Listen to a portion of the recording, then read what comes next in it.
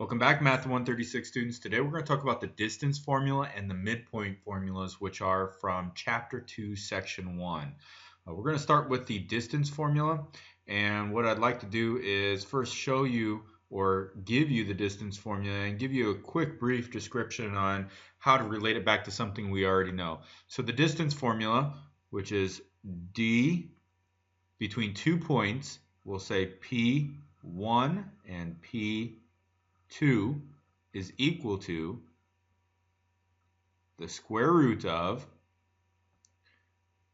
x2 minus x1 quantity squared. So the x coordinates of 2 points, find the difference, square it, plus y2 minus y1 quantity squared. So again, find the difference of two y's from those same points.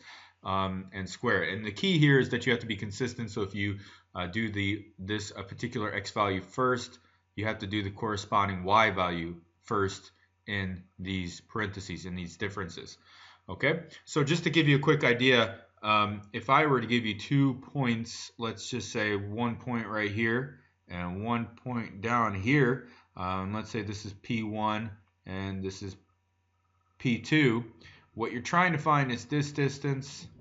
And to do that, to relate it to something you are familiar with, I'm creating a right triangle. And what you know about a right triangle is given two sides of a right triangle, you can find the third side based on the Pythagorean theorem. And that's really what you're doing here. The horizontal distance here is calculated by taking x2 minus x1. The vertical distance is calculated by taking y2 minus y1. And so then squaring both of those and taking the square root will give you that third side, or the hypotenuse C. For the first example, let's go ahead and plot each of these 2 points and then find the distance between these two. So P1 is 3, -4. That means to the right of the origin 3 units and down from the x-axis 4 units. So this would be your first point, P1. Second point is 5, 4, so it's to the right of the origin 5 units and up 4 units, so this would be your P2. And what you're doing is trying to find this distance here. Wow, that's a terrible, not close to straight line. But anyway, we could obviously use the Pythagorean theorem by making this into a right triangle. What I'd like to do, however, is practice the distance formula. So using the distance formula, we want to find the distance between P1 and P2. So this equals the square root of, now here in the ordered pairs or in the differences, it really doesn't matter which x you choose first, quite honestly, as long as you are consistent then with your y's. So I'm going to choose 5 minus 3, simply because 5 minus 3 will be a positive number. But if I then choose 5 for my first x value, I must choose positive 4 for my first y value. So this will be 4 minus -4. Please be careful of your negatives. That's the one area where I have seen some mistakes. So from here, it's order of operations. To simplify this expression, so 5 minus 3 is 2, plus 4 minus -4, which is 8, quantity squared. This is then 4 plus 64, square root of that, which is the square root of 68. Now what I would like you to do is try to simplify the square root as much as possible. Hopefully you can figure out that this is actually 68. One of the factors happens to be 4, which is a perfect square, and it's 4 times 17. Square root of 4 is 2, so it's 2 times the square root of 17, and that is your final answer, simplified. For this problem, we are going to plot each point, and we are going to form this triangle ABC. And what we'd like to do is verify that the triangle is in fact a right triangle. It may or may not be, and of course, I get the feeling when I plot these 3 points, it will not be obvious to us. So the first point is -2, 5, so it's all the way up here. And that is your A. Second point B is 1, 3, so right here. And third point is -1, 0, so right here. And we want to figure out if this is in fact a right triangle. Now, Because none of the sides are on the x-axis or y-axis, it's not intuitive, meaning we don't really know just by looking at it. So what we're going to have to do is find the distances and use the Pythagorean theorem. So we're going to find the distance from A to B, which will be, and again, I'm just simply going to use the distance formula 3 times. So it'll be -2 minus 1 quantity squared plus 5 minus 3 quantity squared. This turns into -3 quantity squared plus 2 quantity squared, 9 plus 4, which is square root of 13.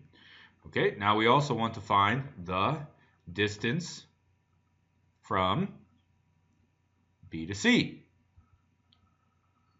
So the distance from B to C will be, we calculate that by taking 1 minus -1 quantity squared plus, and we want to do 3 minus 0 quantity squared. All right, 1 minus -1 is 2 quantity squared plus 3 quantity squared. This gets a bit repetitive, but we have 4 plus 9, and this equals square root of 13. All right, finally, we want to find the distance from A to C. So we're going to go through the process one more time. All right, so from A to C means I'll take -2 minus -1 squared plus 5 minus 0 squared. All right, well, -2 minus -1 is really -2 plus 1, which is -1 quantity squared plus 5 squared. And so then we have 1 plus 25, square root of that, and finally square root of 26. Okay, so finally what we want to do is substitute this into the Pythagorean theorem. All right, so the Pythagorean theorem, hopefully you remember it, is c squared is equal to a squared plus b squared. The key here being that you need to know which side is the longest, because that will be what you substitute for your c. Well, square root of 26 is the longest, so we are going to substitute that. And for our c, square root of 13 for A, and square root of 13 for B. All the square roots and the squares cancel out, so you have 26 equals 13 plus 13, which is 26 equals 26, which in fact means it is a right triangle. If, however, you would have found that the hypotenuse, the square of the hypotenuse, does not equal the sum of the square of the two sides, the two legs, then it would not be a right triangle.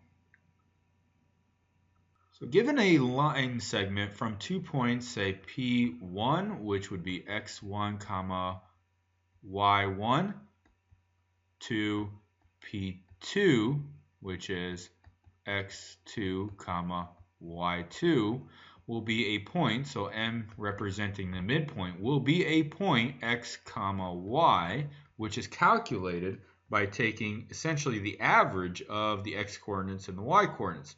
So that means you're taking x2 plus x1 all divided by 2, comma y2 plus y1 all divided by 2, and that is your ordered pair. I would like to find the midpoint of the line segment, and I apologize, that should be in here. The line segment joining these 2 points right here, P1 and P2.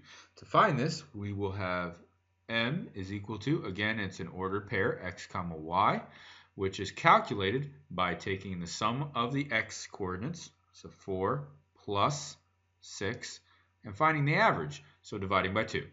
And same thing with the y coordinates, so we have -3 plus 1 dividing by 2. This equals 10 over 2, and -2 over 2, which is 5 comma -1. So the midpoint of this line segment with these 2 endpoints right here is 5 comma -1.